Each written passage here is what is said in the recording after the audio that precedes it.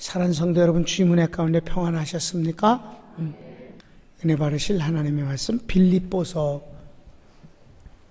2장 5절에서부터 11절 말씀입니다.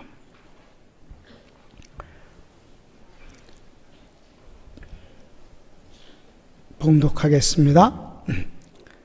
너희 안에 이 마음을 품으라.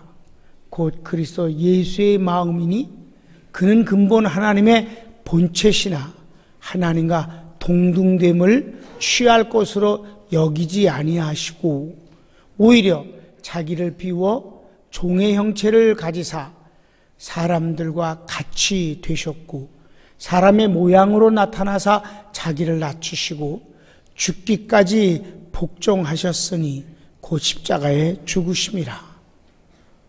이러므로 하나님이 그를 지극히 높여 모든 이름 위에 뛰어난 이름을 주사 하늘에 있는 자들과 땅에 있는 자들과 땅 아래에 있는 자들로 모든 무릎을 예수의 이름에 꿇게 하시고 모든 입으로 예수 그리스도를 주라 시인하여 하나님 아버지께 영광을 돌리게 하셨느니라.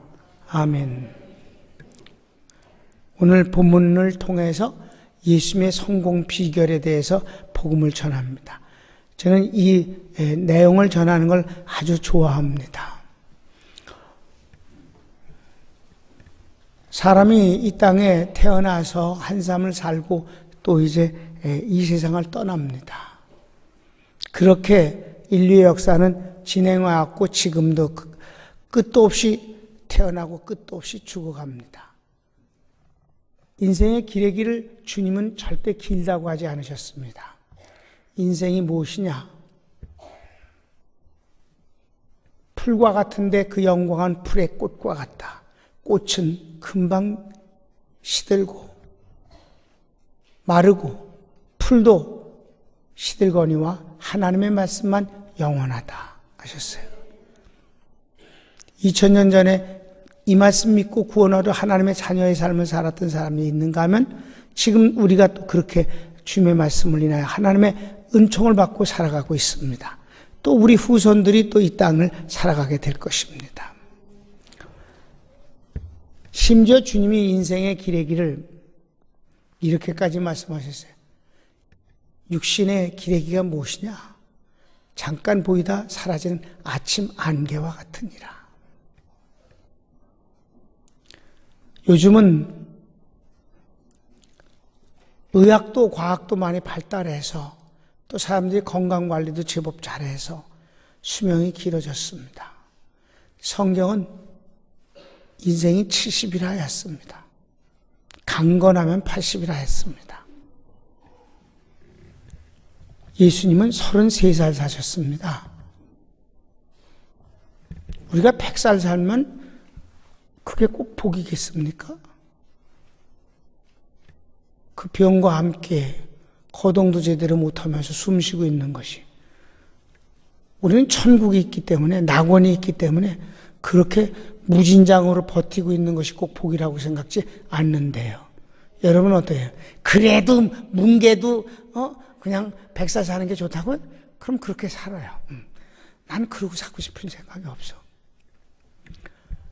사도 바울이 얼마나 위대한 하나님의 사람이에요?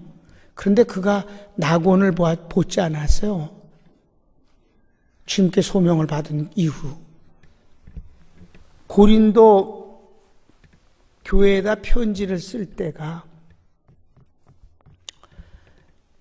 그 이전 14년 전이라고 그랬으니까 바울이 젊었을 때예요.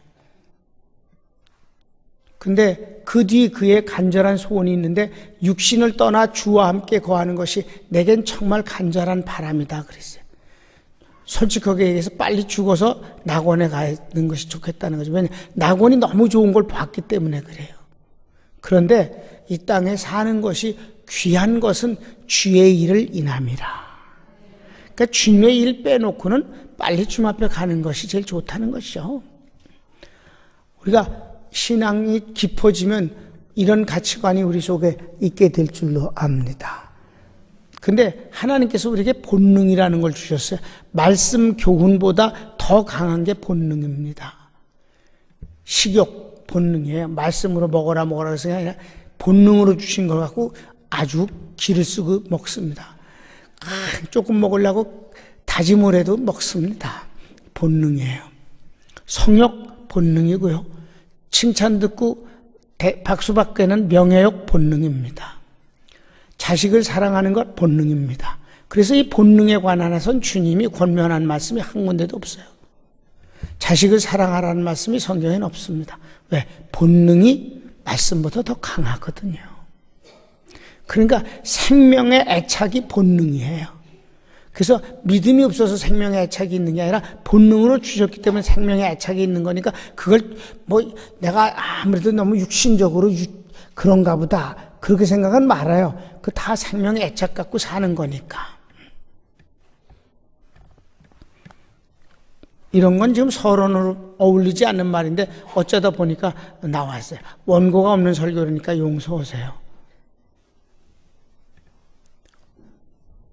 주님이 33세만 살으셨지만은 이 세상의 인류 가운데 최고로 성공한 인생을 사셨습니다.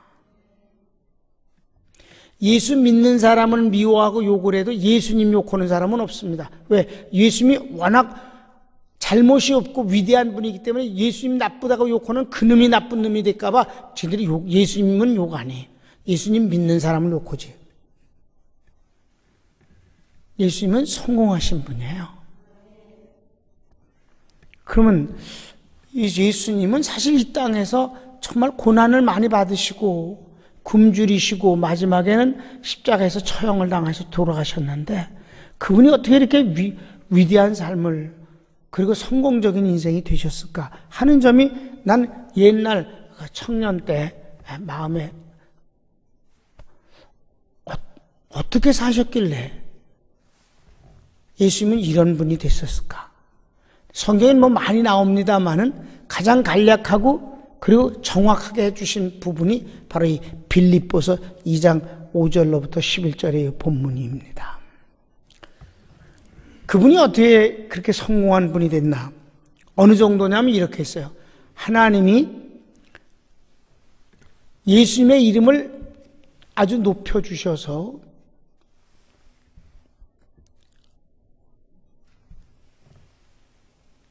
하늘에나 땅 위에나 땅 아래에 있는 자들의 모든 무릎을 그 이름 앞에 꿇게 하시고 그 입으로 예수를 주라 시인하여 하나님께 영광을 돌리게 하셨느니라. 그렇게 만드셨어요. 그래서 예수는 그리스도십니다. 그리스도는 주님이셔요. 구세주라는 뜻입니다. 그러니까 그저 영어권에서는 깜짝만 놀래도 Jesus Christ. 아무 때나 예수님 구주시래. 어울리지도 않은 데다 갖다 막 해. 아무튼 예수를 주라 시인하게 하셨어요. 어떻게 그렇게 되셨을까 하고 신경이 쓰이는 거예요. 나는 원래 대학원에서도 답부터 가리키고 강의를 해요. 그럼 사람들이 편하잖아요. 답을 이미 알았으니까. 다 같이 따라서 하십시다. 예수님은 상대를 성공시키시고 더 큰 성공을 거두신다. 예수님의 성공 비결은요, 상대를 성공시키시는 거예요.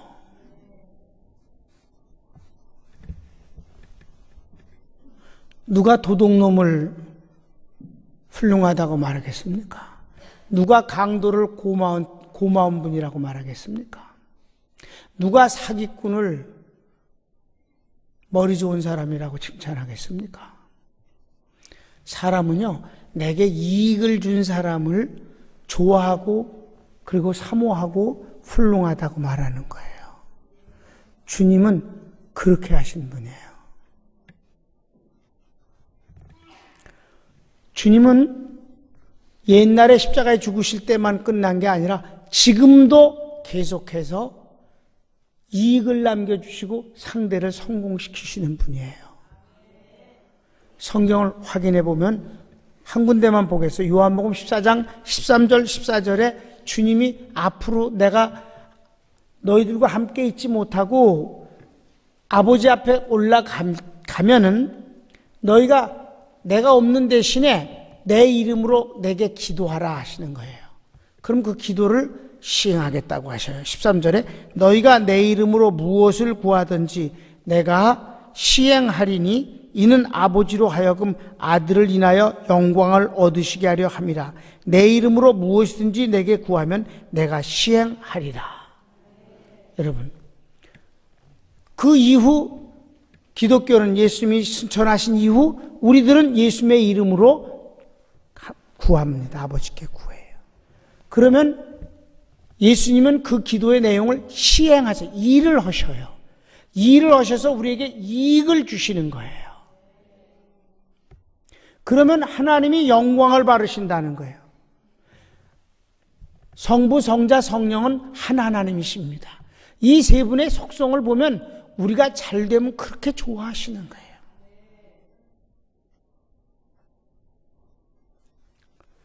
그러니까 지금도 우리는 예수님의 이름으로 끝도 없이 구하고 있어요. 내가 새벽 기도를 인도할 때 이렇게 나도 기도를 하고 엎드려 있으면 가까우니까 들리잖아요. 기도하는 소리들이. 기도하는 소리를 가만히 들으면 여기서도 주시옵소서. 여기서 주실 줄 믿습니다. 주시옵소서. 이거 주시옵소서. 저거 주시옵소서. 그냥 온통 주님 앞에 달래는 것뿐이야. 가만 보면. 감사합니다. 뭐 좀 잡수세요. 이런 말 하는 그런 인간이 없어. 오늘 뭘 좀 해드리겠습니다. 그런 약속하는 것도 없고, 그냥 주시옵소서, 주시옵소서. 거기서 엎드려서 내가 웃으면서, 참, 저렇게 새벽에 와서 달라고들 무지하게 달래. 주님 그 기도 들으시고 응답하시려면, 여러분 담임 목사가 이제 하나님 앞에 기도할 때, 특별히 이제 환자를 위해서 기도할 때 하나님이 지체치 아니하시고 고쳐주시는 걸 보게 됩니다. 주님이 시행하신 거예요. 나는 한 게 하나도 없어요. 그냥 기도만 했을 뿐이에요. 주님의 이름으로 기도했을 뿐이고 주님은 시행을 하시고 고쳐주신 거예요. 그러니 어찌 나만 기도하겠습니까? 수도 없이 많은 분들이 기도하잖아요. 그러니까 성경에 주무시지도 아니하시고 졸지도 아니하시고 그분은 피곤치도 않으신가 봐. 끝도 없이 시행하셔요. 지금도 그분은 우리에게 이익을 주시고 우리를 성공시키신다는 말입니다. 앞으로 교회를 짓겠다고 말씀을 하시면서 뭐라고 그랬어요? 내가 양의 문인이 누구든지 나로 말미암아 들어오면 구원을 얻은 뒤에는 들어가며 나오며 꼴을 얻는다. 양이니까 꼴이라고 말한 거예요. 어디를? 양의 우리 교회를 들락날락거리면서 꼴을 얻게 하신다. 교회를 통해서 하나님의 은혜와 축복과 상급을 주신다는 것이지요. 그래서 교회는 구원의 전당이 아니라 구원의 방주가 아니라 축복의 전당이옵시다. 주님이 말씀하셨잖아요. 도적이 오는 건, 여기서는 도적은 마귀입니다. 도적이 오는 것은 도적질하고 죽이고 멸망시키는 것 뿐이지만 내가 온 것은 양으로 생명을 얻게 하고 더 풍성히 얻게 하려는 것이다. 내가 너희를 택하지 않았냐? 너희가 날 택한 거 아니다. 그 이유는 너희로 가서 과실을 맺고 또 과실이 항상 있을 뿐만 아니라 무엇을 구하든지 더 많이 받게 하기 위해서 널 택했느니라. 지금도 주님은 일하고 계십니다.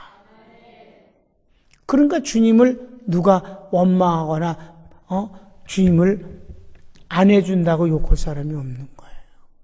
여러분, 이런 주님이 내게 가까이 계시고 나의 주님이라는 사실 하나만으로도 우리가 행복할 수 있어요.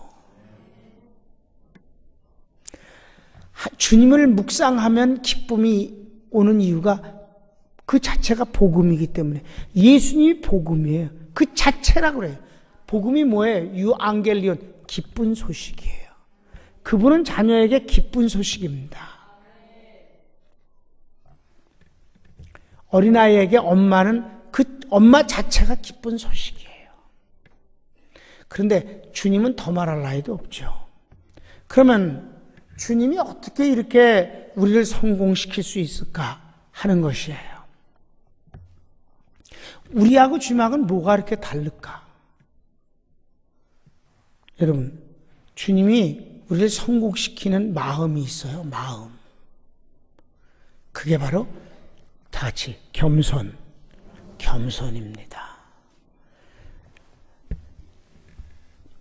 성경에는 이제 사람의 언어를 갖다 쓰잖아요. 성경을 이제 번역을 하려면.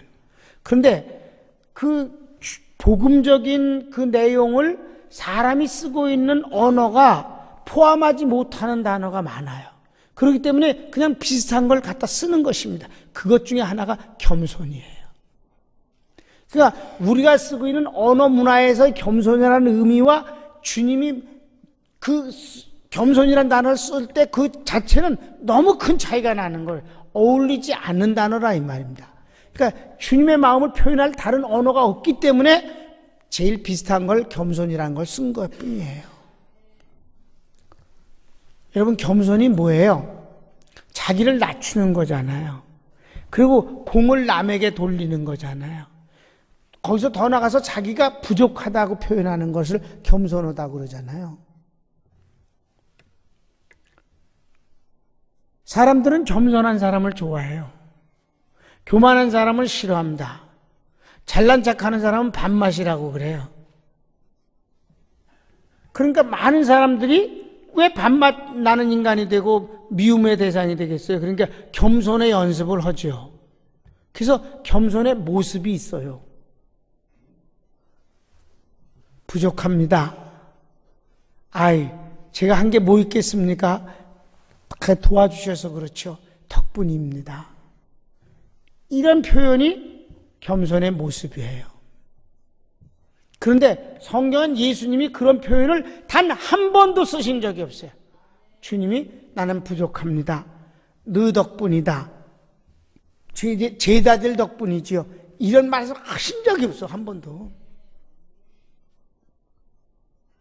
그러니까 그럼 사람들이 전 부족한 사람입니다. 덕분입니다. 정말 마음속으로도 그렇게 하느냐? 안 그러거든. 부족합니다. 너보단 그래도 낫다. 덕분입니다. 도와준 게 뭐 있다고. 이러면 이게 아주 속하고 겉이 너무 다른 거지.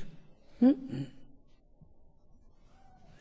그래서 나는 그걸 갖고 겸손을 떤다 그래. 떨어. 떤다 그래서 흔드는 게 아니라 겸손을 떤다. 그 언어 표현이에요. 그러니까.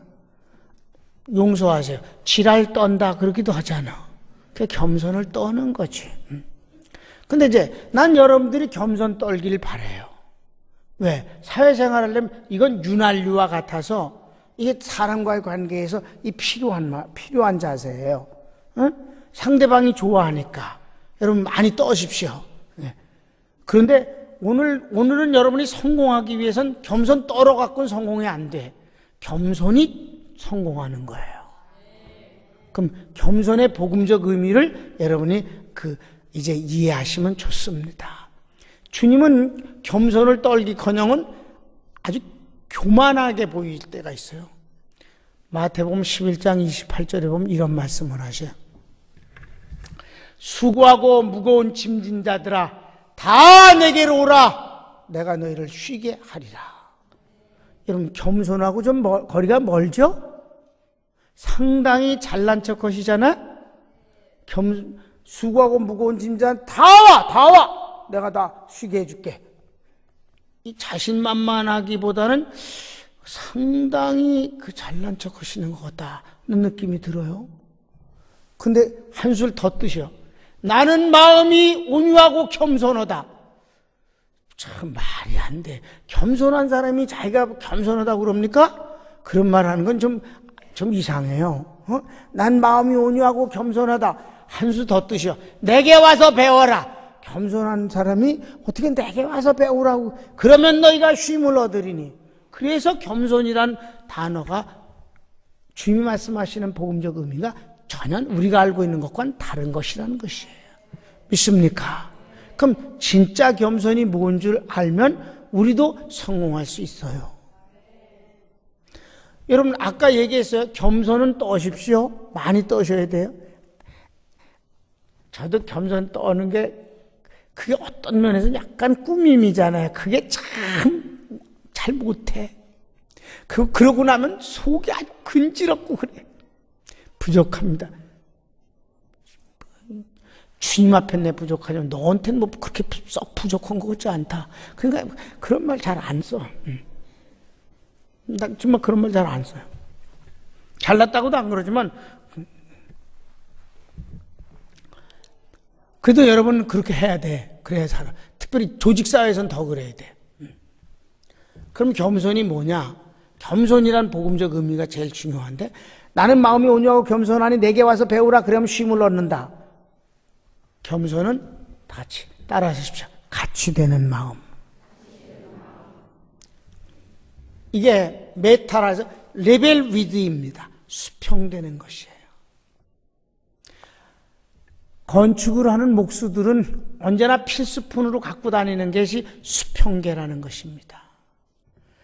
나무가 대패라는 거 알죠? 대패가 똑같이 생겼는데 대패는 여긴 칼이 들어있잖아요. 근데 그거는 가운데 이렇게 물이 들어있어요. 그래서 그 기다란 걸 아무데나 턱턱 놓으면 이게 수평이 맞는지 안 맞는지 그 물의 중심을 보면 압니다. 집을 짓는데 무엇으로 짓느냐 하는 얼마나 튼튼하게 짓는 거에서 가장 기본이 되는 건 수평이 맞아야 된다는 거예요. 좋은 걸 자재 써도 기울어지면 무너지니까. 겸손은 그 단어를 쓰고 계신 것입니다. 같이 되는 것입니다. 마음을 같이 하는 것입니다. 우리는 그게 힘든 거예요. 아까 자꾸 이런저런 얘기하면서 내가 웃은 소리도 했습니다마는 겸손을 떨 때는 같이 되는 마음이 아니에요. 예수님은 우리와 같이 되시는 거예요. 어디까지? 수준을 같이 나오시는 거예요. 여러분 한글을 읽지 못하는 할머니도 은혜를 받고 하나님의 사랑에 감격해야 합니다. 하나님이 그 할머니 수준으로 오셔서 가능하게 된 것이에요. 유치원 다니는 아이들도 은혜 받습니다. 주님을 사랑하고요. 좋아합니다. 주님이 그 아이의 수준에 내려와서 마음을 같이 해주시기 때문에. 여러분, 내가 유치원 아이들한테 설교하는 게 제일 힘듭니다. 걔네들 수준으로 내려가는 일이 보통 이게 마음을 다잡지 않으면 그게 불가능해요. 주님은 죄를 범하고 차가운 마룻바닥 감방에 누워있는 죄수의 곁에까지도 가실 수 있는 분이에요. 그래서 그들이 거기서 회개하고 주님을 영접합니다. 사형수가 은혜를 받는 경우는 아주 많습니다. 주님이 그의 곁에까지 오시기 때문이에요. 아멘. 이게 겸손인 걸 아시기 바랍니다. 그러니까 주님은 상대를 언제나 이익을 남기게 하시고 성공을 시키는 거예요. 아무튼 이익되게 하는 거예요. 근데 주님이 관심을 가지시는 상대가 있는데 그는 하나님의 백성입니다. 사탄하고 같이 하진 않으셔요. 믿습니까? 하나님을 대적하는 자리에 같이 가서 같이 놀진 않으셔요. 그건 분명합니다. 그러니까 여러분, 자, 지금 이렇게 설교를 들으면서 어떤 생각이 돼요? 내가 어떻게 다 많은 사람들한테 그렇게 치마를 넓게 벌릴 건 없어. 하나님이 여러분에게 인연을 주셔서 관계되어진 사람들에게 국한해서 나 때문에 그가 손해보지 않게 하는 것으로부터 시작돼서 믿습니까? 그러니까 여러분, 주여 나 때문에 손해보고 고통당하는 사람 없게 해주시옵소서. 이거는 하한선이에요. 십계명과 같은 것이다 말이에요. 여러분, 그러면서 하나님의 복을 받기는 어려운 거기 때문에 주님 말씀하시길 내게 예배를 드리러 나올 때에 너 때문에 고통을 당하고 힘들어하는 사람, 눈물을 흘린 사람이 있거들랑 가서 화해하고 와서 예배를 드리면 내가 내게 응답하기가 좋지 않겠느냐 하시는 것이. 여러분, 도둑놈이 도둑질을 많이 해서 수억 원어치를 도둑질했다 그래서 그 사람이 지금 부자인 줄 아십니까? 감옥 갑니다. 강도는 막 죽인다고까지 흉기를 가지고 협박을 해서 돈을 뺏었습니다. 부자가 됩니까? 도둑놈보다 훨씬 더 오랫동안 감방에 가서 있습니다. 사기꾼도 마찬가지예요. 돈은 빼앗긴 사람은 있는데 뺏어간 사람이 편안하게 부자로 사는 사람은 이 세상에 한 번도 없습니다. 성경은 오히려 온유한 자가 복이 있나니 땅을 기업으로 얻을 것입니다. 여기 온유한 자는 잘 길들여진 자라는 뜻으로서 하나님을 경외하여 하나님께 믿음으로 잘 훈련된 사람이 이 땅에서 부자가 된다는 것이에요. 그래서 여러분, 인류 역사상 최고의 부자는 다윗입니다. 그가 하나님 앞에 성전을 위해서 바친 금만 3,400톤입니다. 아이고, 나 아무래도 위임식 할 때 준 금 열쇠 말이야. 속 좀 채워서 다시 줘야 될 것 같아, 나요. 속이 탱탱 비어갖고 금 열쇠가 가뿐해. 아주 그거 이렇게 볼 때마다 그 속이 탱탱 비어가지고. 주님이 3,400톤을 하나님 앞에 다윗이 3,400톤을 헌금을 드렸으니 상상이나 되느냐 이 말이에요, 여러분. 25톤 트럭으로 몇 대예요, 여기서 저 시흥까지 나래에 섰을지도 몰라. 어마어마한 거지.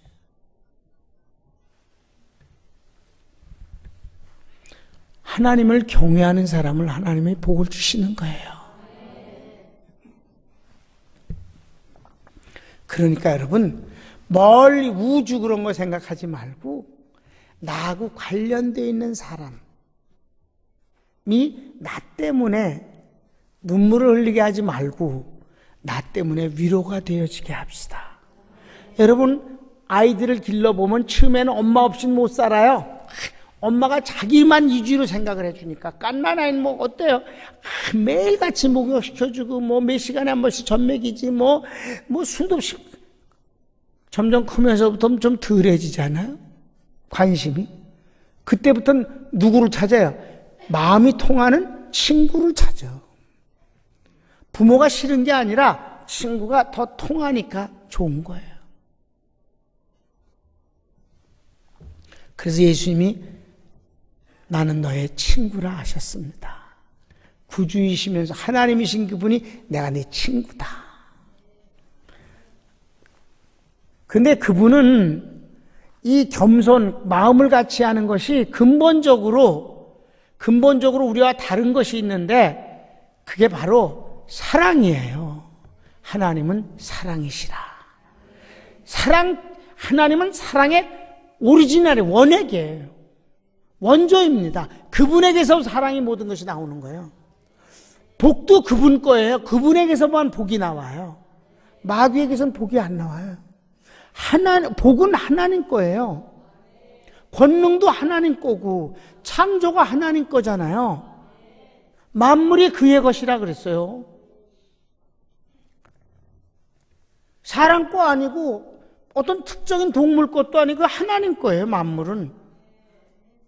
지혜도 원래 하나님 거고.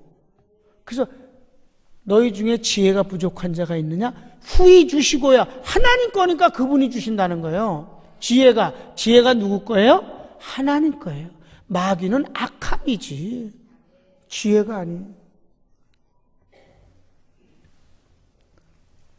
여러분, 하나님을 반대하는 공산주의는요, 전쟁에서 별로 져본 적이 없어요. 그래서 공산주의는 싸움에 아주 능해요. 그리고 자본주의는 공산주의와 맞닥뜨려서 싸움을 하지 않아요. 싸움의 상대가 없어요. 자본주의는 자기가 성공하면 그만이에요.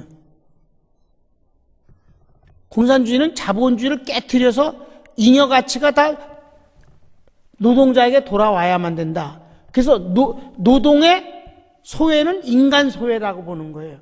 그래서 노동한 것만큼 몽땅 노동자에게 돌아와야 된다는 거지. 근데 그 사람들은 하나만 아는, 그럴싸한 것 같아도 절대 근본적인 걸 몰라요. 축복은 하나님 거거든. 노동자이든 자본주의든 하나님께 복을 받으면 되는 거예요. 왜냐하면 아주 무식한 게 말이에요. 노동을 열을 넣으면 열만큼만 열매를 거두는 게 아니에요, 이론적으로. 여러분, 벽시 하나를 심어봐 300개 이상이 열려. 그게 하나님의 복이요.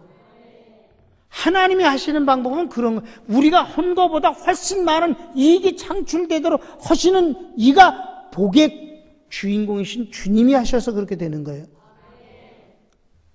열 하면 열만큼 나오는 이익은 그 열이 다 노동자한테 돌아오지 않고 자본주가 거기서 반을 골랑 잘라 쳐먹으니까, 그러니까 노동자들이 어렵고, 종교는 이런 거를 하나님의 뜻이라고 그래갖고 맹종케 되어지기 때문에 이건 아편이다 이렇게 매도를 하는데, 그건 무식한 소리입니다. 어떻든가 말이에요. 베트남 봐, 미국이 그렇게 폭탄을 해도 땅굴하고 공산주의가 걔네들은 인민해방군이니까 어떻게든 해방시켜서 지상낙원을 만들겠다고 그러잖아요. 그런데 공산주의는 자본주의가 이기는 법이 없는데 공산주의는 왜 망하는 줄 아십니까? 저들이 그냥 스스로 망해, 언제나. 왜? 그들은 저주받은 존재이기 때문에. 공산주의는 누가 어째서 망하는 게 아니에요. 꼭 저들이 망해.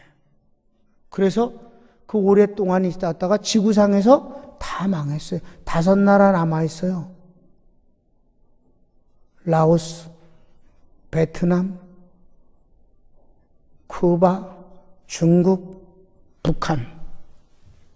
중국은 이미 거긴 자본주의도 그런 자본주의가 없을 만큼 일당 독재이지만 경제는 완전히 자본주의 시장 경제니까. 그러니까 거기는 지금 먹고 살만하게 된 거고, 나머지는 다 지들이 스스로 망하는 거예요. 하나님은 성공시키는 분이에요. 하나님은 복을 주시는 분이에요.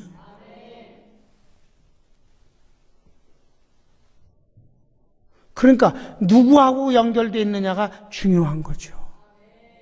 얼마나 비참해요. 정말 비참해요. 공산국가들은 가보면요, 비행장이 있는데 왜 국제 비행장을 가봐도 이웃나라 한 군데만 딱 가는 비행기뿐이 없어. 지난번 라오스에 갔는데 국제 비행장이라고 딱 영어로 썼는데, 국제 비행장인데 어디 가나 봤더니 옆에 베트남 하노이 공항 딱 한 군데가, 한 군데. 다른 나라는 가는 비행기가 없어. 그 나라에서 딱 한 군데. 이북도 순환 비행장에서 북경만 가. 베트남은 그래도 조금 낮고 쿠바도 좀 낮지만, 이그 거시기한 것들. 여러분, 하나님을 반대하고 대적하니까 하나님 복은 하나님 거거든. 그러니까 하나님의 복을 못 받으니까 자연히 망하는 거지요. 믿습니까? 여러분, 공산국가를 누가 쳐들어가서 대포로 그네들 망하게 한 게 아니에요? 한 군데도? 다 저들이 망하는 거예요. 왜? 성공시키는 분과 같이 하지 않기 때문이에요. 여러분은 성공시키는 주님이 여러분의 주님이에요. 나의 주를 내가 그의 곁에 서서 배우며 주님과 함께, 그게 복이에요. 그러니까 여러분, 주님같이나 주님의 사랑하고 우리의 사랑은 너무 달라. 그분은 아가페라는 사랑의 원조예요. 원조. 그걸 갖고 계셨고, 인간은 마귀 때문에 타락하여 아가페의 사랑을 못한다고 지난주에 설교했어요. 필리오스, 이 인간의 사랑은 변하기도 하고 썩기도 하고 없어지기도 하고 또 어떤 환경 때문에 약해서 예수님을 3번이나 부인한 것이 베드로지만 그가 주님을 사랑하지 않아서가 아니에요. 사랑함에도 불구하고 두려움 때문에 부인한 거예요. 그게 인간의 사랑이에요. 그러니까 우리가 그분같이 된다고 택도 없는 소리 말아요. 닮는다고? 그게 안 되는 거예요. 근본적으로 달라서. 그래서 여기 본문에 뭐라 했어요? 너희 안에 이 마음을 품으라. 여기 품으라는 뜻은 꽉 끌어안으라는 뜻이에요. 곧 그리스도 예수의 마음이니 그는 본래 하나님의 본체시나 하나님과 동등됨을 것을 취하지 아니하시고 우리와 같이 되셔서 마침내 십자가에 우리의 모든 것 저주와 심판을 짊어지시고 십자가의 죽으심으로 그것을 처치해 버리셨다. 우리가 그렇게 할 수는 없잖아요. 또 다음 주면 필리핀에 어떤 놈이 또 십자가에 못 박을 거다. 뉴스에 또 나올 거야. 지만 고생이요. 난 여러분이 그런 짓 하지 않기를 바래. 지만 뒤지게 아파. 걔 십자가에 못 박혀서 도움받는 사람이 아무도 없어. 오히려 사랑하는 사람이 가슴만 아파. 하나님의 사랑은 하나님 스스로도 조절을 못할 만큼 체율이 생기는 거예요.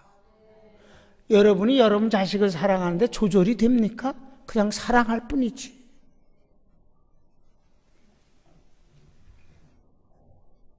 그냥 사랑할 뿐이에요. 그래서 하나님이 본능이 말씀보다 더 강해요. 그래서 자식을 사랑하라는 말씀이 없어요. 잘 먹으라는 말씀도 없어요. 식욕도 본능이거든. 명예욕도 성욕도 다 본능이에요. 하나님 말씀보다 더 강해. 자식을 사랑하는 거 하나님 말씀하실 필요도 없어. 본능이요. 그런데 하나님의 본능이 사랑이기 때문에 하나님 스스로도 주체를 못하셔. 믿습니까? 하나님이 세상을 이처럼 사랑하사 독생자를 주셨으니 이는 저를 믿는 자마다 멸망치 않고 영생을 얻게 하려 하십니다. 저절로 그렇게 되는 걸 어떻게 해? 체율이에요. 숨파됐어요. 같이 수평되어서 같이 돼서 같이 느끼는 거예요. 자식이 그렇게 생각을 안 하려고 그랬는데 아팠다. 그럼 그때부터 똑같은 육체의 병을 안 알아도 너무 고통스러운 거예요, 마음이. 자식이 잘 됐다, 합격했다 원하던데 그 자식 본인보다도 어쩌면 그 부모가 더 신나고 기뻐할 수도 있는 거예요. 이걸 체휼이라고 합니다. 하나님은 우리를 체휼하셔요. 나를 체휼하시는 분은 그분이십니다. 부모도 못하고 부부도 못하고 친구도 못하는 거를 하나님은 체휼하셔요. 자칫 잘못해서 남한테 자기 사정 얘기했다가 그거 소문 나갖고 더 부끄럽게 될 수도 있어. 하나님은 그런 분이 아니에요. 체휼하시는 분이에요. 그러니 우리가 어떻게 남을 체휼하겠어? 택도 없는 소리지.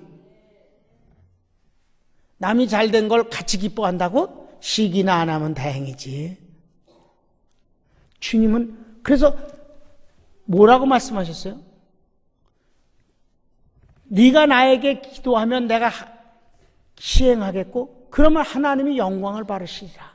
하나님은 축복자이시고 축복을 받아서 그걸 누리는 걸 보면 너무 기뻐하시는 분이고 이게 체휼이에요. 난 이런 주님이 내 주님이라는 사실 하나만으로도 나 딴 거 다 개뿔이라고 생각합니다.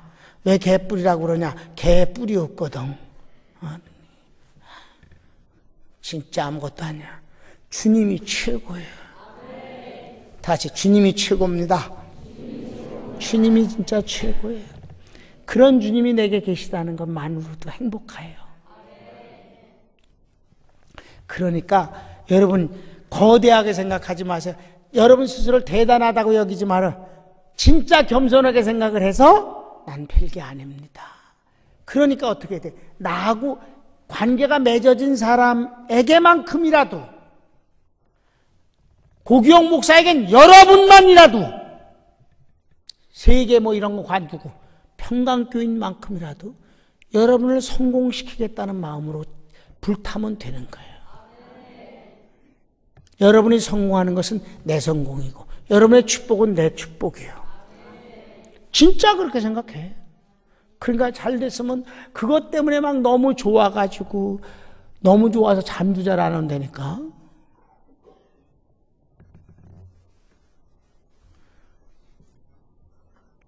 여러 해 동안 실업자리에서 아주 애쓰던 사람이 있었어, 집사.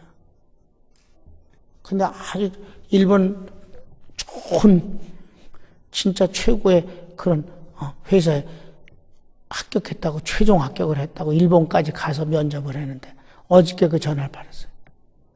너무 감사하다야. 기도하고. 그때 내가 너무 좋아하니까 또 회사 그 서류를 가지고 오늘 와갖고 예배 드리기 전에 나한테 설명을 해주더라고요. 내가 기뻐하니까 가져와서 설명을 하려고 들잖아요. 내가 그냥 그저 그래? 감사하네. 잘 됐어. 이러면 가져와서까지 뭐 그러고 하겠어? 내가 워낙 좋아하니까 가져와서 막 하지.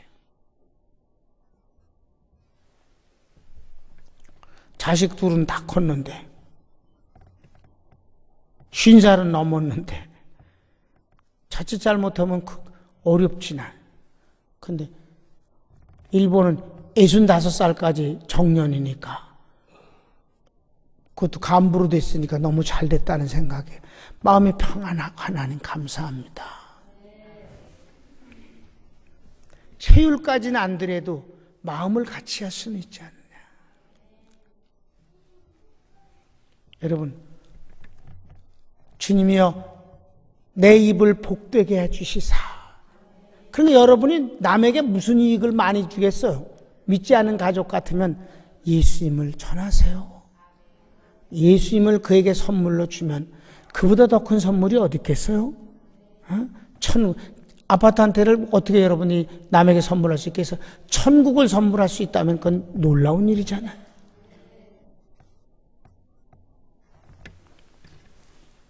난 인본주의적인 면에서 인간이 대단한 것처럼 아주 고상하고 도덕적으로 윤리적으로 대단한 것 같이 얘기하는 인간일수록 지퍼를 내려보면 거시기해. 예수님도 그렇게 말씀해.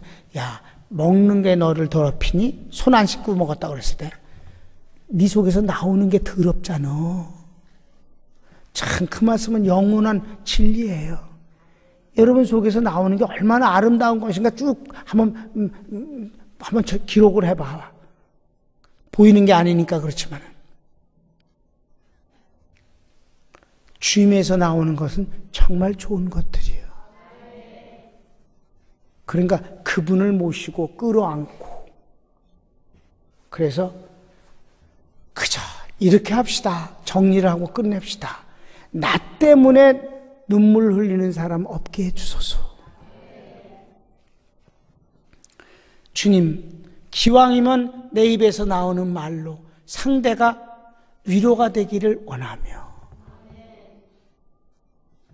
평안이 오기를 바라고, 내가 줄 건 별로 없기 때문에 그러니까 주님을 열심히, 그저 사도 바울이 질그릇 같은 내 속에 보화를 담았다 그랬어요. 여러분 속에서 줄 수 있는 게 뭐겠어? 그저 그렇지. 요즘 인본주의자들이 상당히 잘난 척들을 하고 대단한 척하고 그래. 정치하는 것들은 다 거짓말쟁이들이야. 도덕성을 맨 앞에 내놓는 것들이 지퍼를 열어보면 더 더러워. 근데 그들만 그런 게 아니라 인간이 다 거기서 거기니까. 여러분, 그러니까 성령 충만이 최고예요. 내가 드러나는 것보다 내 속에 계신 주님이 드러나는 게 훨씬 낫지. 아멘. 그게 성령의 은사들이에요. 그래서 성령 충만이 최고예요. 여러분, 예수님처럼요 어떻게 성공하겠어? 그건 안 되는데, 그래도 나의 삶의 변두리를 통해서, 이 주변을 통해서 작은 성공도 반드시 거두시기를 축복합니다. 점점 좋아지기를 축복합니다. 이런 사람들이 모여 있으면 대한민국도 잘 됩니다. 왜? 하나님이 그렇게 하시니까. 손을 멉시다.